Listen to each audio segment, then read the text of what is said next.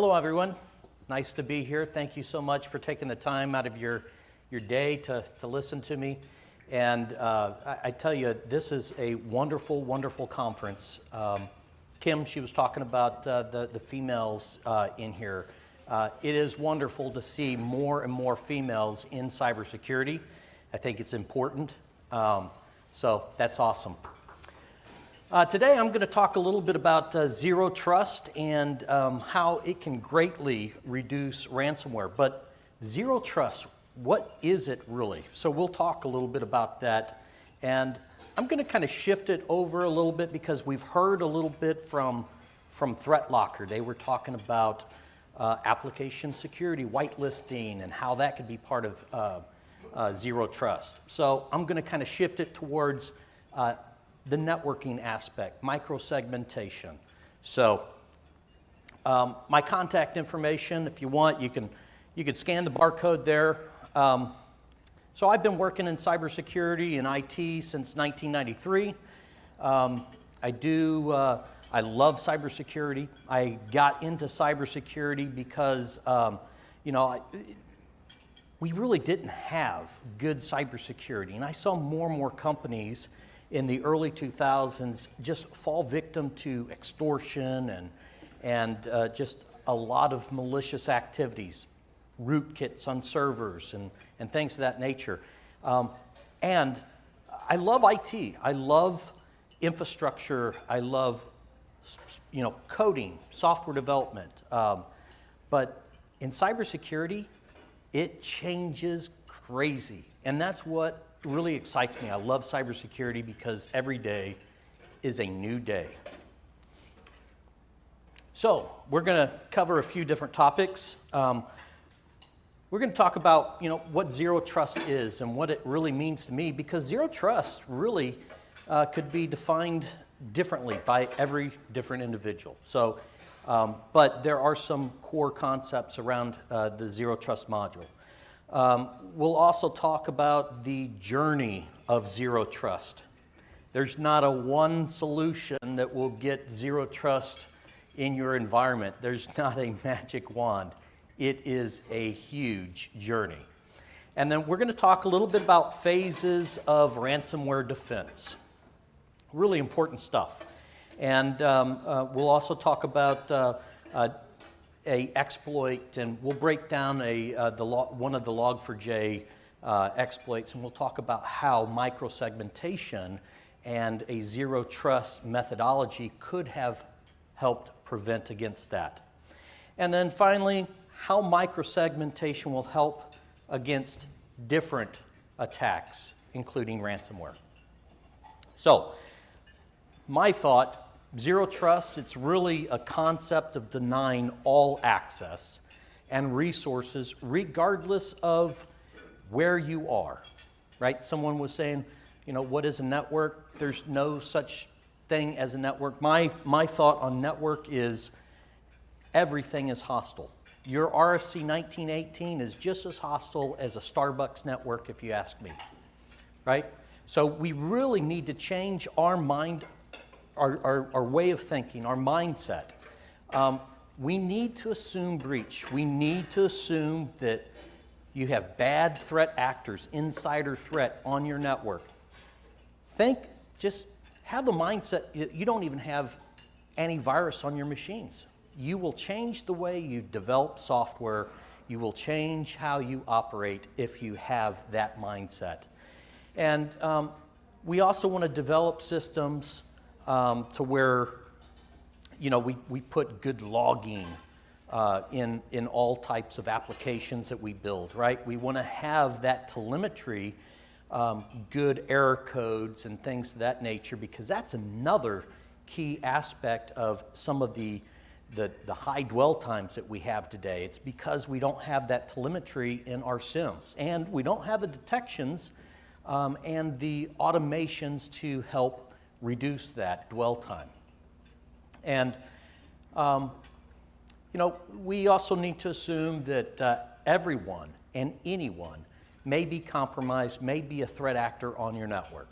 So, never trust, always verify.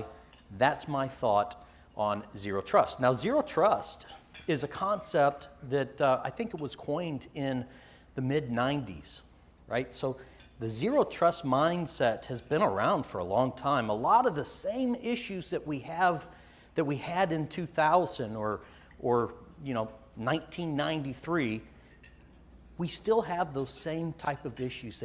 They still are the same issues that we have today. So, zero trust. It is a journey. So zero trust isn't just firewall rules, but it includes identity. It includes devices and being able to trust your devices. Think of NACs. Applications. So we talked a little bit early. Threat Locker was here talking about whitelisting, right? And then networking. So, identity. We really need to disable local admin rights on every workstations. This is a really big challenge for a lot of organizations. When I've stepped into different organizations that didn't really have a good cybersecurity program, and you would see about, I'd imagine 80% of workstations with users logging in interactively with local admin rights. So we really need to change that. That's a big one right there. We also want to look at just-in-time access, right? So maybe an administrator needs to do some work on a server. Do they need local admin rights all the time? Why don't we just switch it up a little bit and say, let's remove 50, 80, 100 users who have local or domain admin, and maybe have a break glass account and have another single domain admin user that could be brokered through a PAM, right, with a bastion host. Maybe integrate with ServiceNow and some of our different ticketing systems to where when there's a change window, that individual has rights to that machine during that time frame. That's going to greatly reduce your attack surface.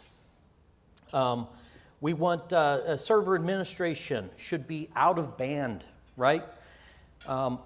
We shouldn't have 3389 and 3306 and port 22 opened up. Your workstation should not be able to communicate to any of those servers. That server administration needs to be out of band. Leveraging tools like Bastion Host, SSH Auditor, and Thycotic and CyberArk, a lot of those vendors, they have capabilities to where you can log into a web-based GUI, an HTML5 GUI, and have access through those machines. So what you do is you create good firewall rules that say, hey, nobody has access to 3389 or port 22 unless your source IP address is from the Bastion host. That is going to greatly reduce that attack surface, and it will increase your cybersecurity hygiene overall, right? So let's also talk about modern authentication, right? Does anyone know what modern authentication is versus basic authentication in APIs or Office 365? Okay. So a lot of organizations, they have MFA, and they're protected against password spraying, which is basically an attack vector that, open source intelligence gathering the hackers will enumerate users at a company and will try to password spray all those users, and we'll find a user where we'll be able to find out that summer 2022 is your password. Okay? Well, with MFA, right, we have some great capabilities like impossible travel or unusual location, right? So if we see that you just logged in Tampa, Florida, and 5 minutes later we saw that you logged in from St. Petersburg, we're going to leverage SORT, right? Some type of security orchestration to disable your account. Well, you really can't do that if you don't have modern authentication, that you're forcing that authentication through an Okta or a ping identity. So that usually is a hole that a lot of people don't know. They're like, listen, I have MFA. How were they able to do X, Y, and Z? Usually it's modern authentication. Device trust, okay? We need a continuous inventory of all of our systems. How can we protect our systems if we don't know what to protect? And it is the top CIS issues, right? Secure for computer inventory management and software inventory management, the most difficult thing. So we have to have a continuous inventory. There's a lot of solutions out there. You can do some really amazing things yourself if you have, if you're not afraid of some operational debt. You can enumerate Active Directory, find all the computers in your computer objects. You can leverage APIs and pull all the machines that's in your CrowdStrikes or your SentinelOnes. You can do the same thing with Rapid7. They're all cloud. You can pull all of that information and combine, create a big list of your machines, and then go loop through those machines to see, do I have CrowdStrike or SentinelOne? Do I have it joined to Active Directory and so forth? So when you get to that point, you'll be able to do some pretty cool stuff with device trust. Posture checking, right? So we just talked about, from APIs, we're able to tell what machines are actually communicating to our consoles, right? That's really important. You need to know every machine is protected on your network. You need to basically, with those type of rule sets, you can go a little bit further with your MFA and leverage conditional access. You could say, hey, if Joe is at home, but he is working on a laptop that has our CrowdStrike, our SentinelOne, our Rapid7, and they have a certificate, maybe we only, prompt them for an MFA once every 4 hours or something like that. But if that same individual accesses the resources via a BYOD, an Android device, maybe we step that up.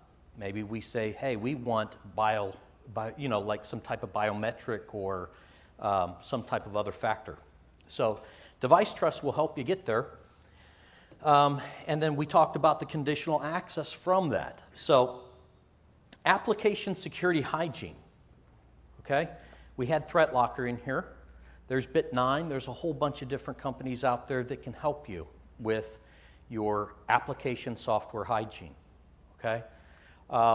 You want to basically have all assets that have software inventoried, right? Because you're going to find out that there's a lot of software that probably is not authorized in your environment that could be a risk in your environment. So you want to have, when you have applications developed internally, you want to have good logging, you want to have good visibility, you want to have good tagging. You need to know all your dependencies, right? So this application is owned by this application owner. Here's the technical owners. Here are the IP addresses, the load balancers, all of that. You need to have a good dependency because one of those systems could, at some point, be compromised or fall or some type of victim to some type of an attack. So we want to make sure that we have good logging, good visibility on our applications, right? We want to lock processes and we want to know, what process is spinning up port 80. We want to know what identity is spinning up port 80. Is it Apache? Is it root? Right? So we need to have that telemetry as well because all of a sudden you have Nginx, it's running as an Nginx user, and then you see that process die, and all of a sudden now you see Apache running as root.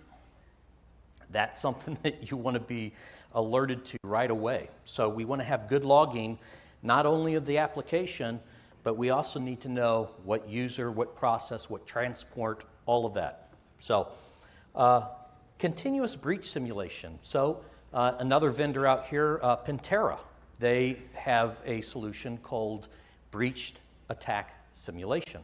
So it's really important that you have a good SIM, you have all the telemetry going into the SIM, but you really need to understand what constitutes a breach, what constitutes something where I need to take action on, right? And that's where internal Purple Team, leveraging Caldera, Atomic Red Team, Pentera, Symptom, there's so many different companies out there that can help you. But continuous breach simulation will definitely help you understand your environment and to understand what the norms are and what the norms, if there is something to happen, what to look for and how to create high fidelity alerts and responses, right? And we also want to evaluate that the software that's installed on machines. A lot of times I look at organizations and they will have a Windows machine or a Linux machine and they will have cups installed. They'll have print services installed and running. They'll have IIS running. And all that they really need is Microsoft SQL. So remove those applications, those services, shut those services down, because those are just other areas that we can, attack and enumerate. So having only the applications that need to be running, that's part of zero trust. Network, right? So network, we'll talk at like ZTNA, your zero trust network access. That's a solution that will kind of help you identify and kind of understand applications that are in the cloud, SaaS, right? So more and more of our applications are hosted out in the cloud. We're losing a lot of sovereignty when we start shifting to that model. I mean, it's very convenient, but you don't necessarily have all the logs. You don't have the visibility of the company's internal controls unless you have a good TPRM or third-party risk management team. So ZTNA is really important there. Security Access Gateway, SAGs, right? So a lot of the software, a lot of the microsegmentation software, they get installed on Macintosh and Microsoft and Linux servers, right? But what about the printers? What about our Cisco phones? Those printers, if they're not VLANed and segmented really well, they could stage malware. They can be a holding ground, or they could be used to exfil data, right? So we can leverage a lot of the protocols and steal data and send it somewhere else. So how do you do that? Well, maybe you use a secure access gateway where it's maybe just a firewall where you do IPv forwarding and those devices communicate to that. That's its internet gateway, and you create good firewall rules there. So that's one way of kind of detecting or preventing attacks against devices, IoTs, that you can't install some type of agent on. Proxies, you use Squid or Nginx.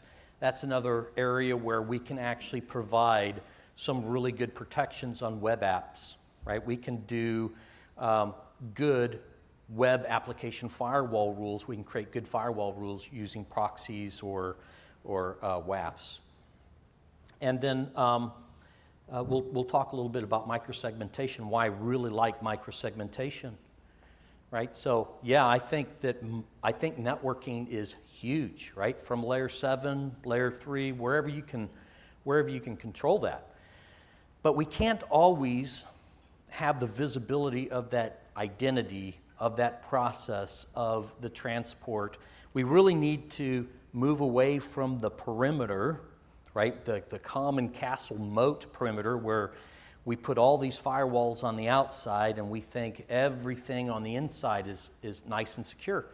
What if we put firewalls on every server, on every workstation, all the telemetry, all that network logging that you can ingest into Splunk or that you can ingest into Elk Stack or anything like that.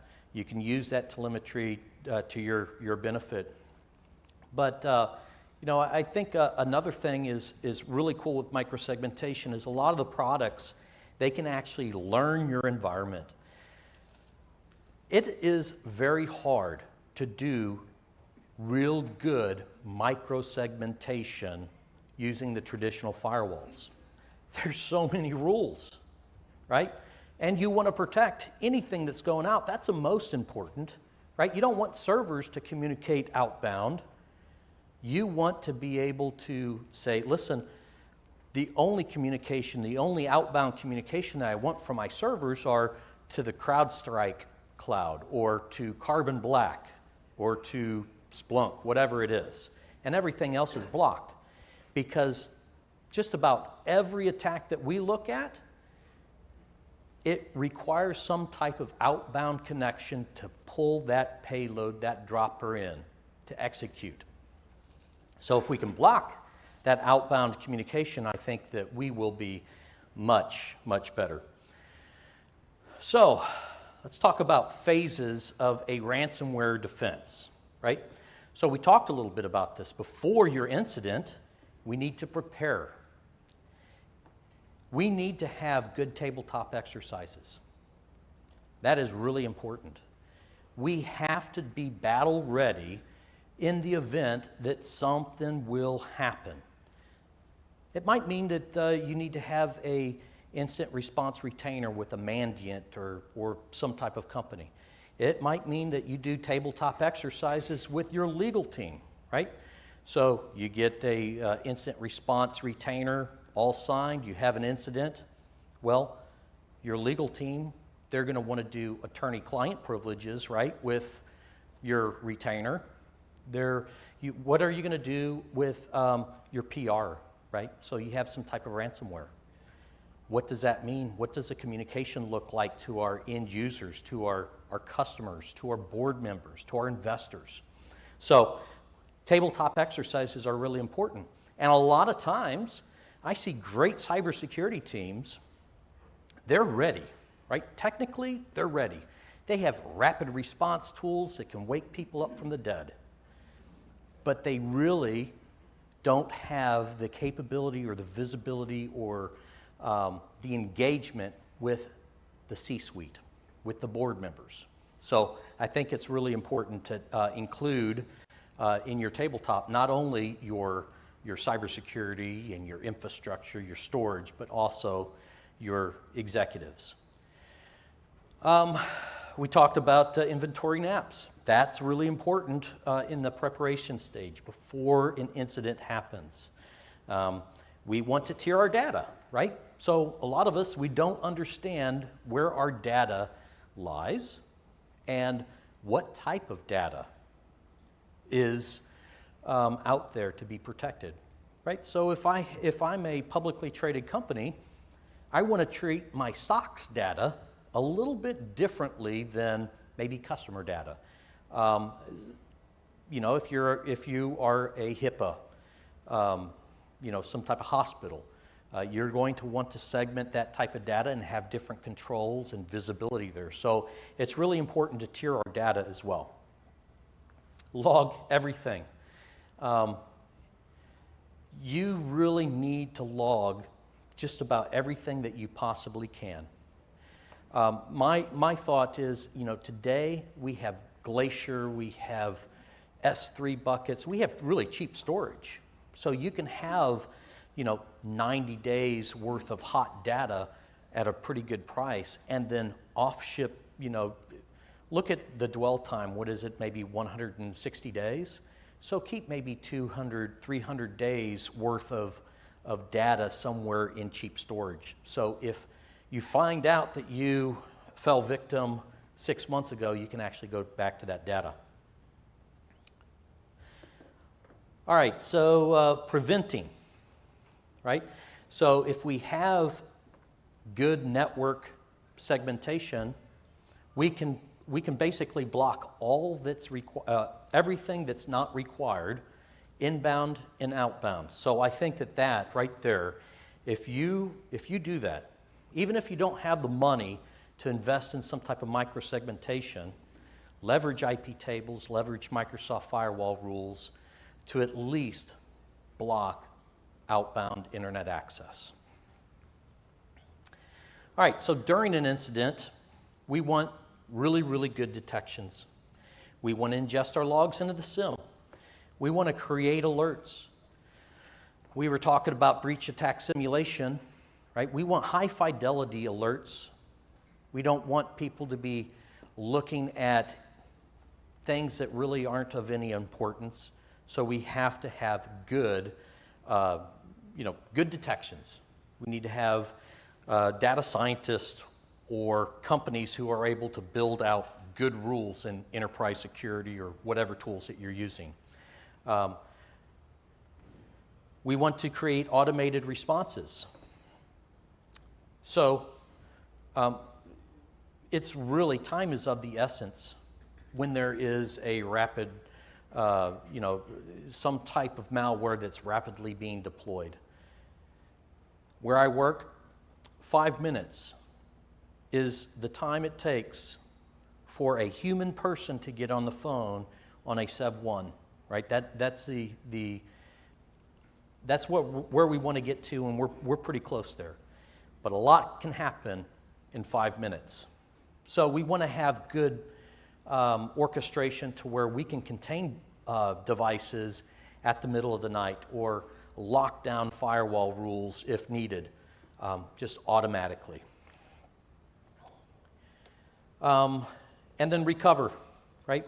We want to restore systems from known good. How many people here have a good BCP plan? I would imagine a lot of people have BCP plans, but when I do a lot of audits or I ask around, I'm like, when was the last time you really tested a restore of your backup? A lot of people, they're like, yeah, we back everything up. We back it up several times a day, but they really don't test a good restore. So we want to make sure that we know that we have good backups, and then we need to know when your last known good backup was. So you need to find patient zero. You need to build out your timelines to see, do I even have backups that go this far back? You might not. You might have to do a complete rebuild of systems, and that's a lot better than restoring your system to a potential bad, and that will increase your outage. And then we want to basically, when we bring our systems up, we want to have all the IOCs for that particular incident to make sure that you're still not in an area or a situation where you're still compromised, right? So right here, we're going to review an exploit. And I'm sorry, it's really small, but this right here is Log4j. Log4j, I forgot exactly when it happened, but there was a lot that was not known early on, right? We knew that, hey, there's this massive attack with Log4j. We're seeing it on news outlets. Most people don't even know what Log4j is, unless you're a Java developer or someone that knows a lot about the Tomcats and the worlds of J2EE. So we had to understand what that was. So when we first heard of the Log4Shell or Log4j issue, we saw a lot of attempts on our network. It was just people just blasting IP addresses everywhere. And what our team did was we actually took about 30 different individual payloads, right? Because there were no IOCs at all. We didn't know what this meant. So we went and we took about at least 30 different payloads, and we broke those out in a sandbox and understood all of the command and controls, what these systems were doing, and then we basically built some signatures in our detections and Splunk enterprise security and all those tools to say, hey, if we see communication going on these IP addresses, we know that we're hit. So this right here, this exploit here was a log4j, and we saw some crazy information. We saw base 64 in a user agent, right? We also saw crazy base 64 they were basically passing arguments in the URL doing an HTTP GET. So we took that information out and we dissected it, we decoded, we did a base 64 decode or dash decode, and we basically found out what was happening. Every situation, all 30 of those incidents that we looked at, if we had good outbound internet access control, would not have impacted any organization. Now, luckily, we had that in place. Most of the systems that were attempted to be exploited they didn't even have, Apache Log4j or anything. We just saw it in the telemetry, but we knew that that's what the people were after. So I think that that's super, super important here. What we want to do with microsegmentation is we really want to shrink that attack surface that we have in our environment. We want to, in that last example, we saw that we saw outbound communication go into some IP address. When we actually curled that IP address, we pulled down the payload. We saw that it was open up netcat listeners on a Linux machine, and it was actually pulling down asset inventory. It was doing an ARC-A, and it was sending that information back to Russia command and control. But that is where I think that if you have good microsegmentation, none of that would happen right there. We also talked earlier that we don't want to have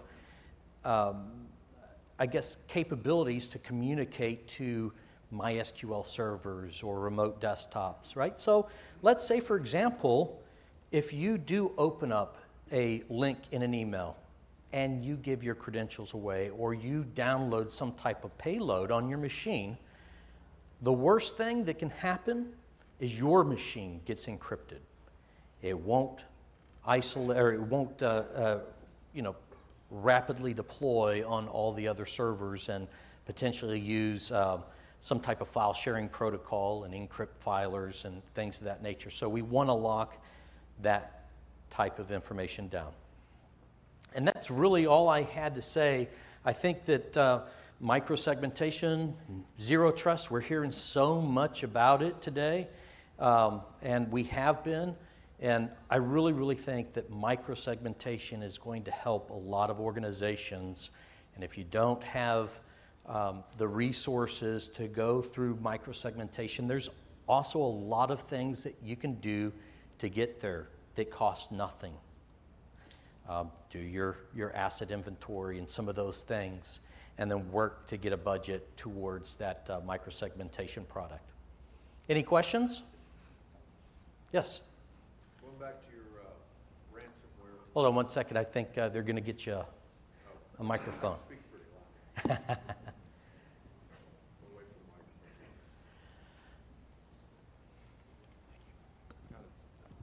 I think we're on. Yeah, and linking you back to the first presentation we had this morning. So the FBI maintains cyber task force. They have about a 70 to 80% return rate on lost revenue and things like that. I mean, they're pretty good. You mentioned having your legal team involved, and then that's where we butt heads, right? Because the government, they're concerned, well, what is the FBI going to see and what are they going to look at?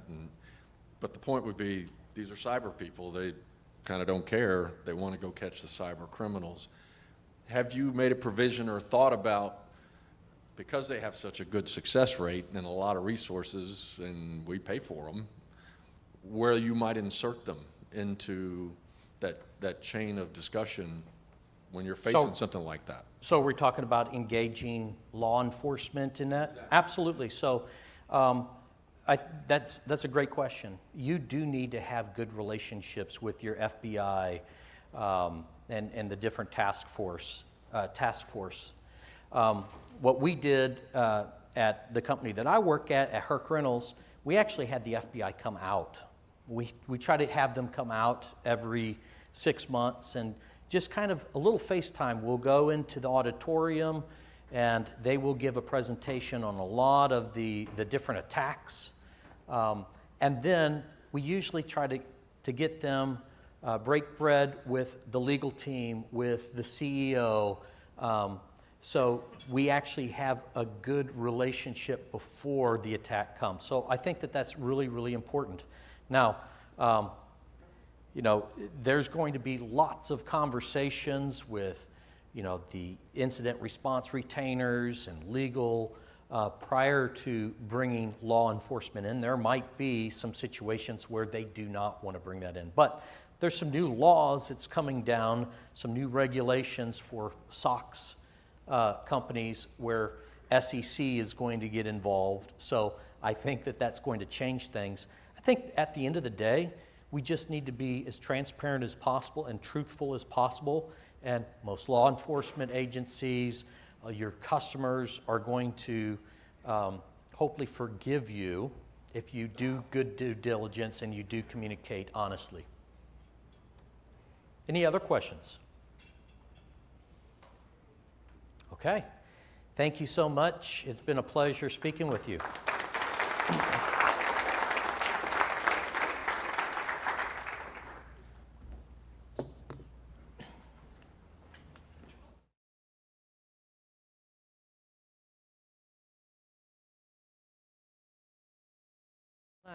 I've got to find it. And there were no other questions in the audience? One moment. Okay. Sorry, everyone. It was texted to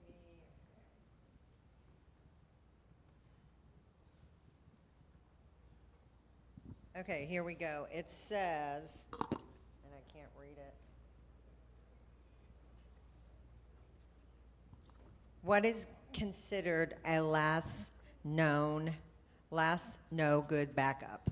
What is considered a last no good backup? Yeah, and that was from Teresa S. Hey, Teresa. I think, so last known good backup would be you are 100% sure of when the attack took place.